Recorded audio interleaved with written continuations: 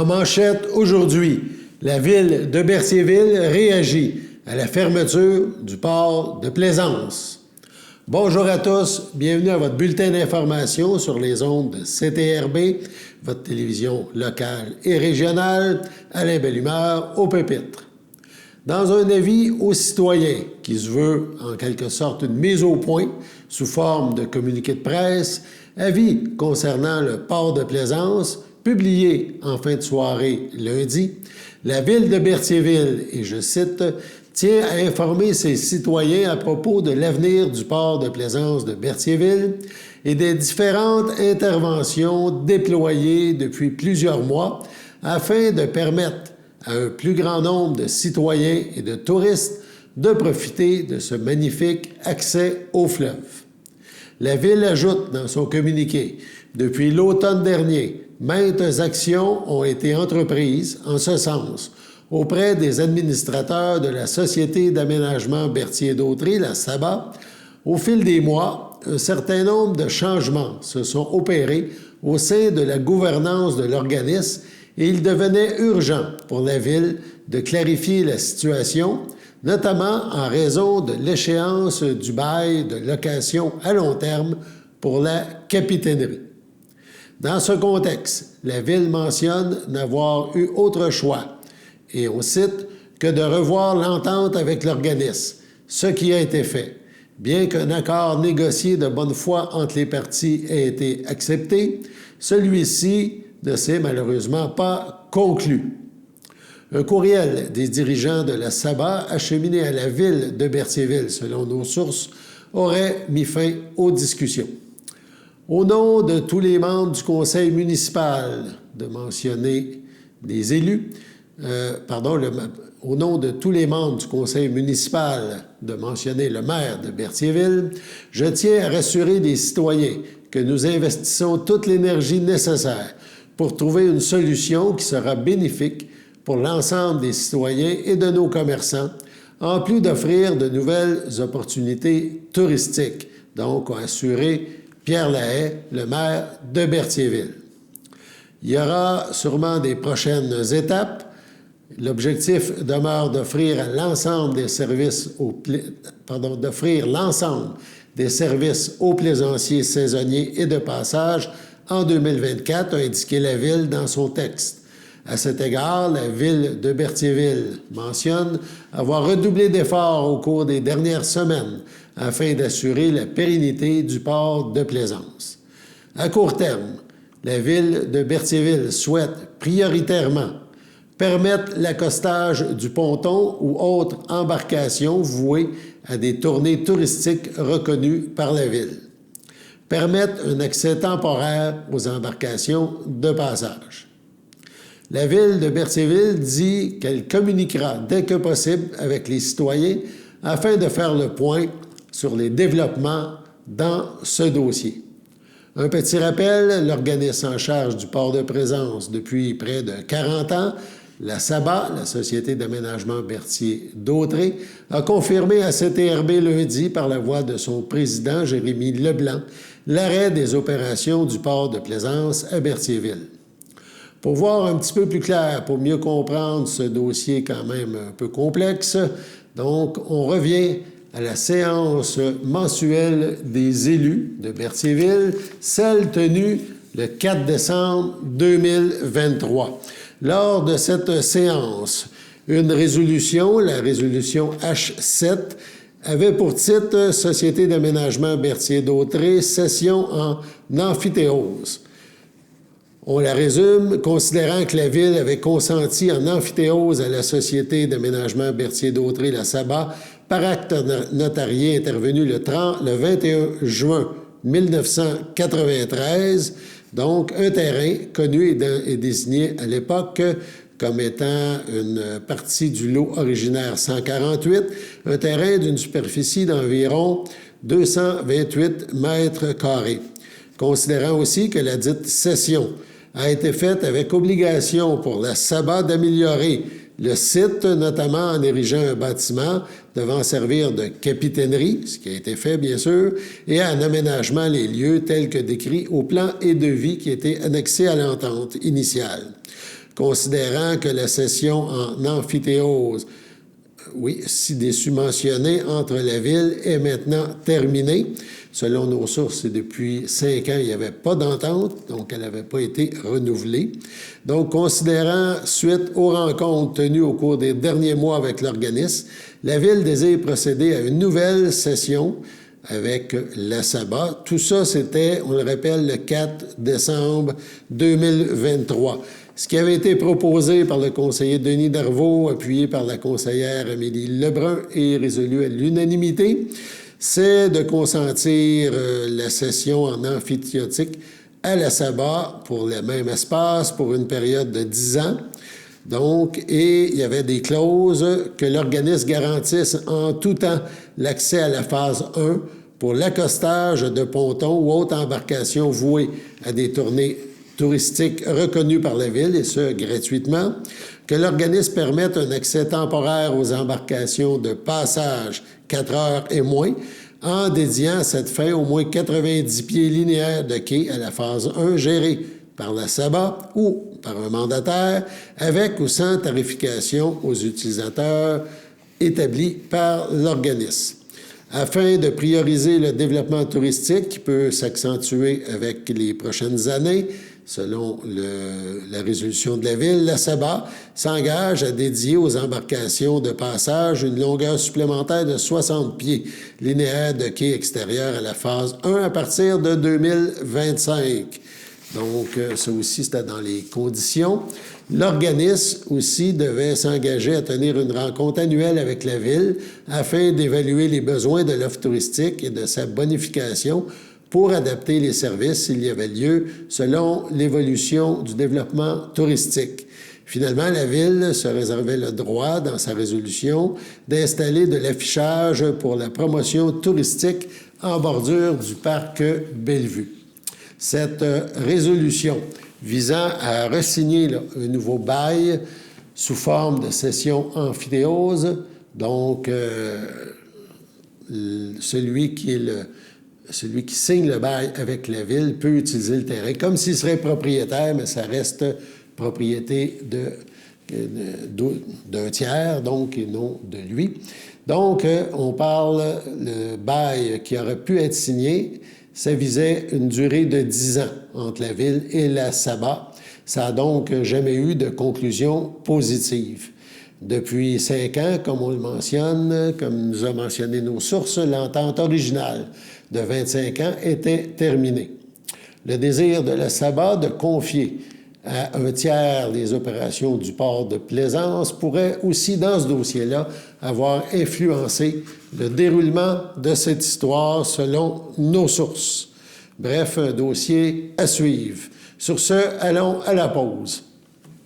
Votre station de télévision de Berthierville vous invite cordialement à son bingo hebdomadaire télédiffusé tous les samedis matins dès 9h30. Depuis longtemps, les fans de CTRB se divisent le joyeux montant de 600 $ chaque semaine à cette joute de bingo. N'oublions pas non plus le super bingo mensuel d'une cagnotte de 2000 $ que vous pourriez vous partager chaque premier samedi du mois. Un moment de fébrilité qui pourrait devenir payant pour plusieurs d'entre vous.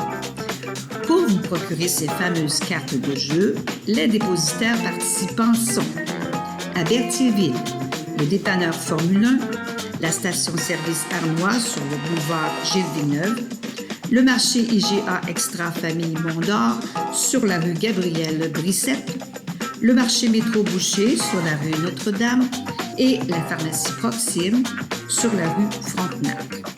À Saint-Ignace de Loyola, le dépanneur Proxy sur la rue de la Traverse, la boucherie Aldo sur le rang Saint-Michel. C'est donc un rendez-vous hebdomadaire chaque samedi matin à 9h30 sur les ondes de CTRB, votre télévision locale et régionale, celle-ci toujours en haute définition. Toute l'équipe de CTRB vous remercie de votre fidélité et vous souhaite bonne chance.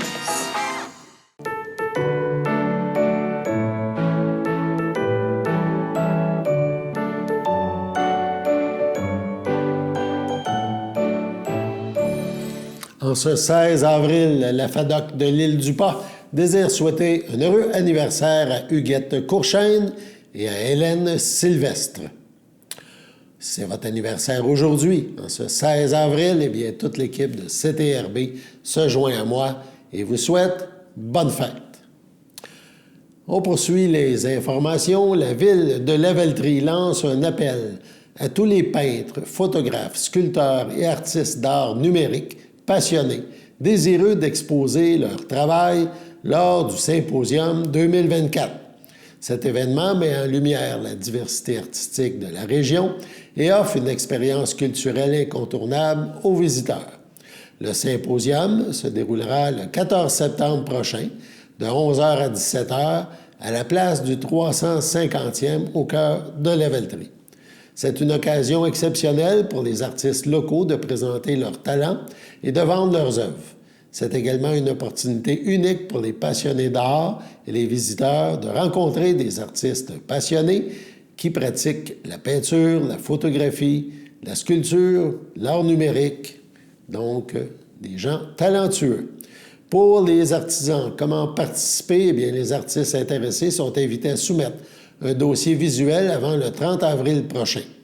La participation est soumise à des frais de 55 $ qui couvrent un panneau d'exposition, une table de 6 pieds, une chaise et un parasol.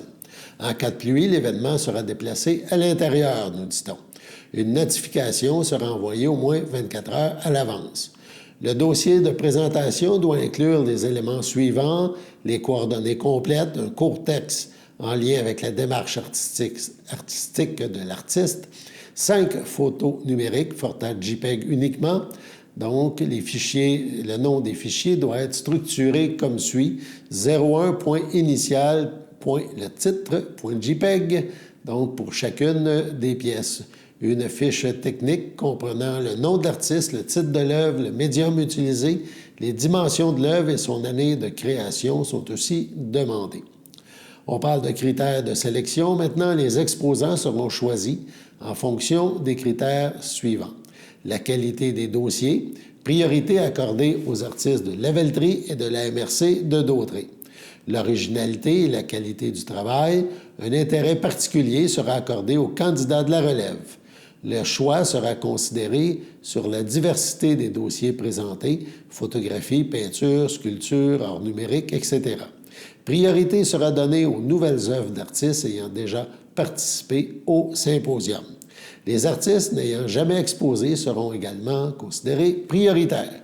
Les demandes de participation doivent être envoyées par courriel avec le dossier visuel complet au format recommandé.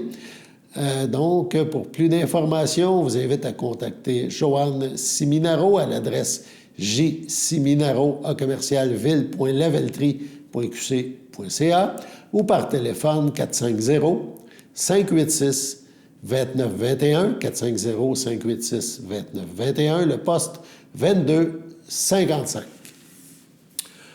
On poursuit maintenant avec l'UPA. Donc, il est toujours bien désagréable de constater tout ce... Pardon, avant l'UPA, on a un autre petit point. Oui, il est toujours désagréable, on change de sujet, de constater tout ce qui traîne sur le bord des routes. Les matériaux qu'on y retrouve sont des plus diversifiés et polluants toujours davantage notre environnement, tout en portant ombrage au charme de notre région. Aussi, pour une 3e année consécutive, le projet Nos bords de route, je me ramasse des amis de l'environnement de Brandon reprend ses activités. Le projet comprend 2 volets. Un volet sensibilisation, éducation et mobilisation pour un plus grand respect de la nature qui nous entoure dans un esprit de développement durable et un volet de corvée collective de nettoyage des bords de route. La corvée collective aura lieu samedi le 4 mai de 9h à midi, beau temps, mauvais temps. Elle aura lieu dans la ville de Saint-Gabriel, dans la municipalité de Saint-Gabriel de Brandon et dans les localités avoisinantes. Les gens du coin sont invités à y participer. Dans la semaine précédente, l'organisme responsable tiendra une soirée d'information avec une personne ressource de l'organisme Jour de la Terre. Le thème « J'aime ma poubelle, mais je la quitte ». Ce sera jeudi 25 avril, 19h à 21h au Café Balmasquie, sur la rue Masquinongé, à Saint-Gabriel. À cette soirée, co-organisée par le Café Balmasquie, il sera question de comment réduire la taille de notre poubelle et de diminuer notre impact sur l'environnement au quotidien. Des solutions concrètes, ludiques et accessibles à tous seront proposées avec des outils pour passer à l'action. Toute la population est invitée. De plus, tous les élèves de l'école primaire Les Grands Vents de Saint-Gabriel ont eu l'occasion de participer la semaine dernière à un atelier sur la récupération et comment bien faire son tri à la maison avec une personne ressource de la coop Tricentis. Par la suite, le 29 avril, les jeunes, soutenus par le personnel de l'école, participeront à une corvée de nettoyage dans leur environnement. Un bel exemple à suivre. Ces différentes activités sont rendues possibles grâce à la collaboration de nombreux partenaires. On parle de la Caisse des Jardins du Nord de Lanaudière pour le volet éducation, Ville Saint-Gabriel, municipalité de Saint-Gabriel de Brandon, les députés Caroline Proulx et Yves Perron, ainsi que différents commerces du coin. Pour tous, donc, ont apporté leur support technique et financier. La coop Balmasquie pour son accueil, le Club Quad, les randonneurs pour la sécurité, la direction et le personnel de l'École des Grands Vents pour leur ouverture et enfin tous les organismes qui ont participé à faire la promotion au sein de leurs membres et de leur réseau. Si vous êtes intéressé à participer le 25 avril et ou le 4 mai, il faut s'inscrire le plus rapidement possible par courriel. Donc, avant le 24 avril, en donnant votre nom, le nombre de personnes, votre courriel et le téléphone, ainsi que vos lieux de référence pour la corvée. Les personnes inscrites recevront plus de détails sur le déroulement de la corvée du 4 mai. Bref, on vous invite, si vous êtes dans le coin de Brandon, à participer à ces actions au niveau environnemental qui existent depuis quelques années, mais qui prennent de plus en plus d'importance. On parle maintenant, on traverse le fleuve et on parle du Biophare, c'est à Sorel-Tracy. Atelier d'écriture inspiré de l'exposition allégorique biocentrique au Biophare, ça se déroulera le 21 avril prochain. Le Biophare vous invite en effet à un atelier d'écriture présenté par Joanne Girard, auteure et animatrice, le 21 avril de 13h30 à 16h30.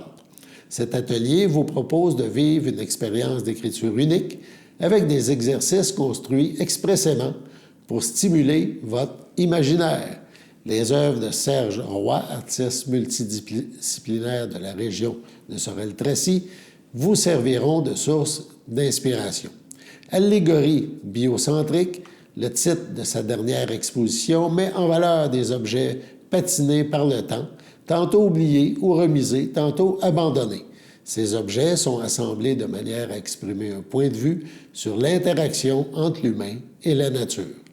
Lors de cet atelier, vous inventerez vos propres histoires autour de ces allégories biocentriques. Vous aurez aussi la chance de rencontrer Serge Roy afin d'échanger sur son art. Les inscriptions sont requises pour cet atelier biophare.com/produit/atelier _d'écriture _inspire l'exposition allégorie biocentrique. On rappelle quelques notes concernant l'animatrice, Joanne Girard, auteure sorelloise. Elle s'implique en Montérégie dans divers organismes voués à la littérature, anime des ateliers d'écriture en solo et en tandem avec Carmen Ostigui lors d'événements culturels comme les Journées de la culture. Bref, un rendez-vous pour les amateurs qui souhaitent mettre sur papier leurs idées. Aussi, on parle du Biophare, qui est une institution importante en face de chez nous, de l'autre côté du fleuve. C'était une institution muséale agréée située au cœur du parc Regard sur le fleuve, à Sorel-Tracy. Sa mission consiste à projeter un point de vue vivant et actuel sur la diversité du patrimoine du territoire de Pierre de Sorel et de la Réserve mondiale de la biosphère du Lac-Saint-Pierre. Le Biophore fait œuvre d'éducation et d'ouverture sur le monde. On y va maintenant avec une première nouvelle concernant le Parti québécois. Suite à sa tournée des régions, le Parti québécois s'attaque à la crise du logement et à l'accès à la propriété. Les délégués et co-porte-parole du Parti québécois de Lanaudière-Nord étaient réunis cette fin de semaine à l'occasion du Conseil national du Parti québécois qui s'est tenu à Drummondville. Les travaux du Conseil ont permis aux troupes péquistes de proposer et adopter plus d'une quarantaine de propositions fortes et innovantes sur l'habitation et l'accès à la propriété. Julie Boucher, co-porte-parole en matière d'agriculture et présidente de l'exécutif du comté de Berthier, était présente pour l'occasion afin de soutenir Paul Saint-Pierre Plamondon, le chef du parti, et la députation. On reparlera du Parti québécois demain dans notre prochain bulletin d'information, puisqu'il y a d'autres nouvelles importantes à vous communiquer. Sur ce, on passe à la pause. Votre télécommunautaire régional présente la loterie Moitié-Moitié. Pour jouer, visitez moitié-moitié.tv. Chaque semaine, 2 façons de gagner. Le tirage au sort et si vous trouvez l'as de pique dans votre enveloppe, vous gagnez le gros lot progressif. Les billets sont disponibles sur moitié-moitié.tv à partir de seulement 5 $. La loterie Moitié-Moitié au profit de votre télécommunautaire autonome participante. Visitez moitié-moitié.tv. Les tirages mercredi 19h.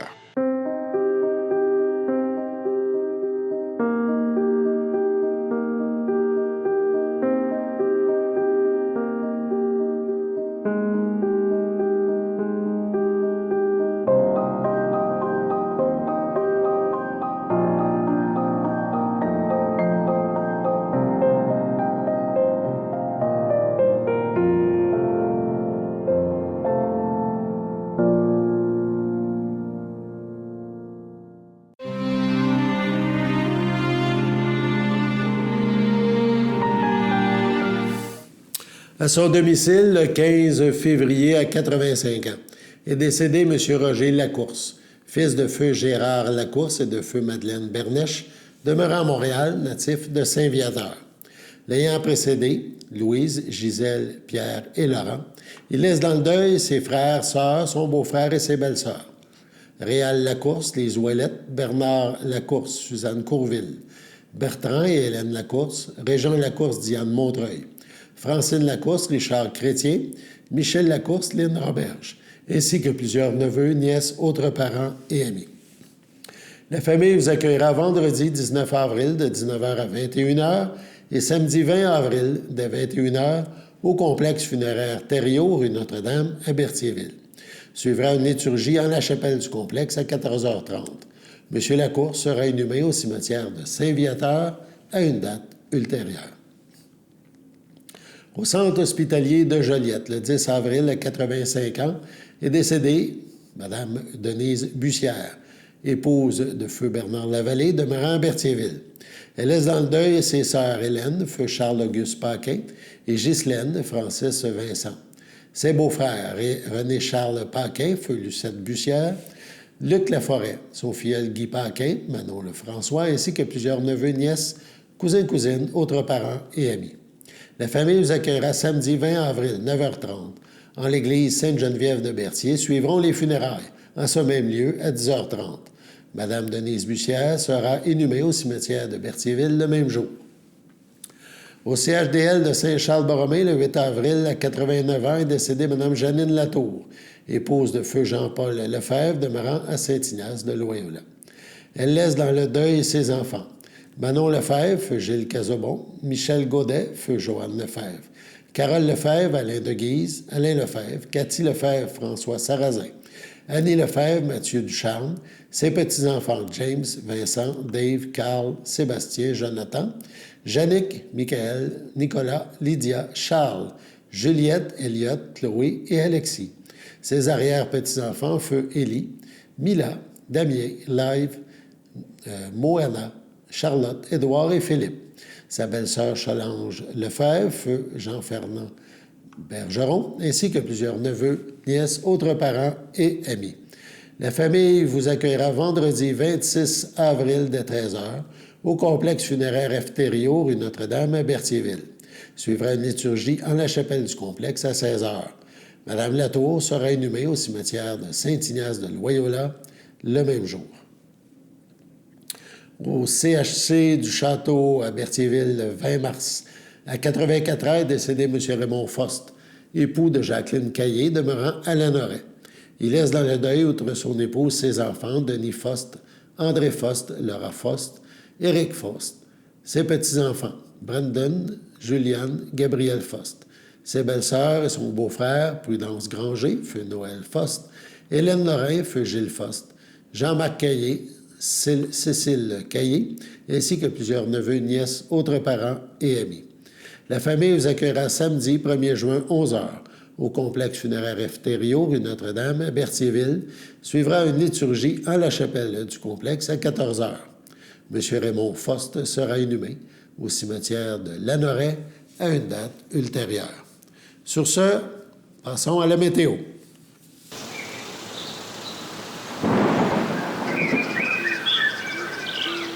Bienvenue à votre météo de cette semaine. Aujourd'hui, mardi soir, ce sera des passages nuageux, une température de 6, un temps ressenti de 3. Mardi nuit, ce sera dégagé, une température de moins 1, un temps ressenti de moins 5. Mercredi matin, c'est ensoleillé, une température de 2, un temps ressenti de moins 1. Mercredi après-midi, ce sera généralement ensoleillé, une température de 12, un temps ressenti de 11. Mercredi soir, ce sera un ciel variable, une température de 7, un temps ressenti de 5. Et voilà, c'était tout pour votre météo. Nous vous avons présenté le bulletin d'information sur les ondes de CTRB, votre télévision locale et régionale, en ce 16 avril. Alain Bellemare au pépites. Au nom de toute l'équipe, merci d'être à notre écoute. On se retrouve demain.